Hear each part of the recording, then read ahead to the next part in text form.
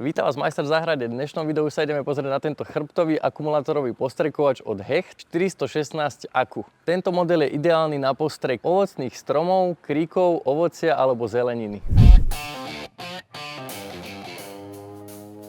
Takže v balení sa nám nachádza 2,5 Ah batéria a nabíjačka, samotný postrekovač so 16 litrovou nádržou, ktorý má hneď namontovaný aj popruh na chrbát.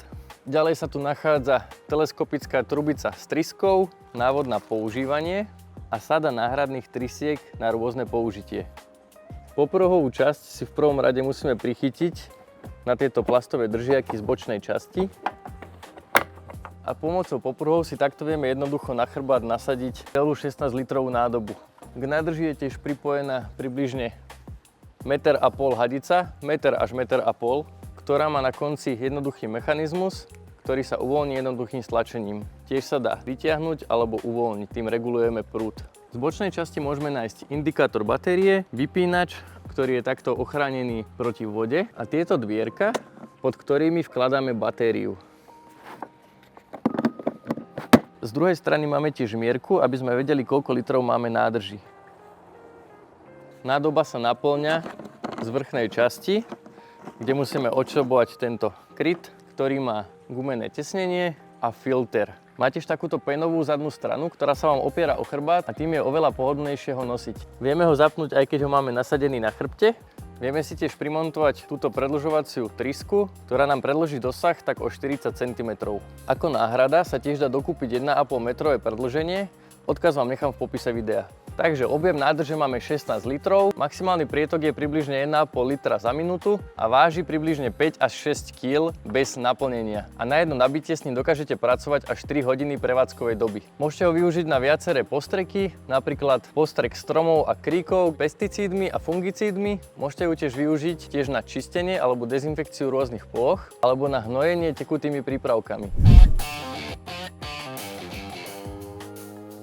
Čo sa týka údržby, tak po každom použití prečistíte a vyplachnite nádrž čistou vodou. Tiež prečistíte filter, pravidelne dobíjajte batériu a nenechajte ju úplne vybiť, pretože to škodí litiovým batériám. A skladujte mimo slnka, aby vám plastové komponenty čo najviac vydržali.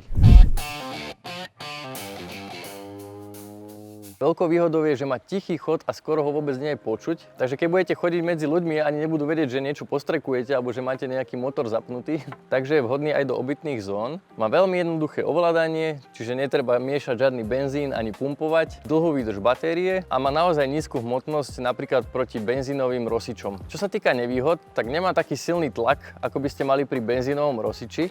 To znamená, že má obmedzený výkon, takže by som ho nevolil na veľmi veľké plochy, ale skôr menšie alebo do záhrady. A pri plnom naplnení je ho na chrbáte naozaj cítiť. Tipy od majstra v záhrade sú také, že najlepšie pracovať, keď nefúka vietor, aby vám váš postrek nelietal všade okolo. Keď ho plánujete nadlhšie uskladniť, tak nabíte batériu na 100%. A striedajte trysky podľa typu postreku, kde si viete prepínať napríklad medzi silnejším prúdom alebo hmlou. Tak, batériu máme nabitú a ideme si ho ukázať v praxi. Tak nádrž máme trochu napustenú, zapneme si stroj. Vidíme, že sa nám rozsvietil aj ukazovateľ batérie. Teraz máme nádržku napumpovanú a môžeme stlačiť. Momentálne tam mám modrý nástavec, ktorý nám urobí hmlu.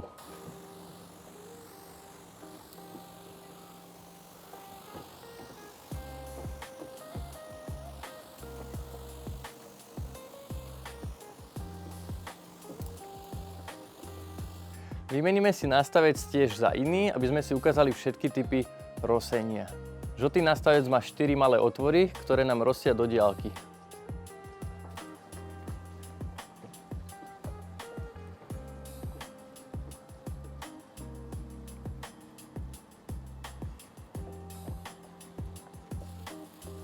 Ukážeme si tiež čierny nástavec, pri ktorom musíme toto gumové tesnenie posunúť trošku vyššie. Čierny nástavec mi príde prakticky, pretože si viete buď určiť postrek do diaľky, kde máte vyšší prúd, alebo si viete prehodiť jeho pritiahnutím na hmlu.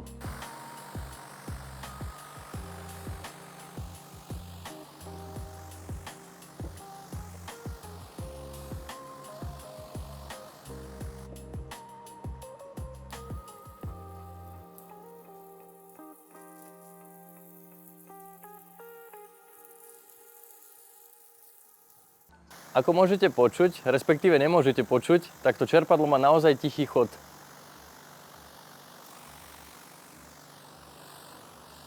Ako som spomínal, tiež sa dá dokúpiť predĺžovacia tyč, ktorá vám vie prúd vyniesť ešte vyššie. Odkaz na predĺžovaciu tyč, takisto ako na tento postrekovač, vám nechám v popise videa. Hecht 416 Akku je výborný pomocník do záhrady alebo na menšie vinohrady či sady, ktorý vám ponúkne tichú a jednoduchú prácu bez zbytočného pumpovania či vône benzínu. Vďaka batérie je jeho používanie veľmi jednoduché a komfortné a má nenáročnú údržbu. Ďakujem, že ste si pozreli toto video. Link na produkt nájdete v popise videa. Určite mi napíšte do komentára, čo si o tomto postrekovači myslíte a nezabudnite sledovať Majstra v záhrade, aby vám ďalšie tipy a recenzie na produkty neušli. My sa vidíme na budúce.